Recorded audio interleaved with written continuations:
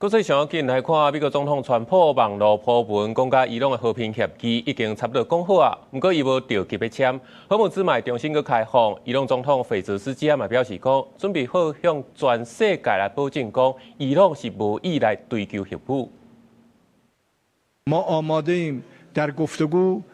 همان که در زمان امام شهیدمون این مسئله رو مطرح کرده بودیم الانم آماده‌ایم که به دنیا این اطمینان رو بدیم که ما به دنبال سلاح هسته‌ای نیستیم، ما به دنبال ناآرامی در منطقه نیستیم.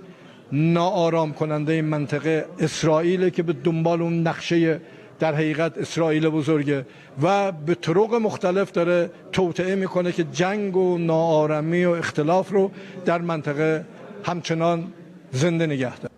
目前上新的消息，美國國務卿魯比歐表示講，美國甲伊朗要達成協議，已經有部分的中東的國家支持。不過牽涉到核武的問題，72點鐘來應該是講袂定。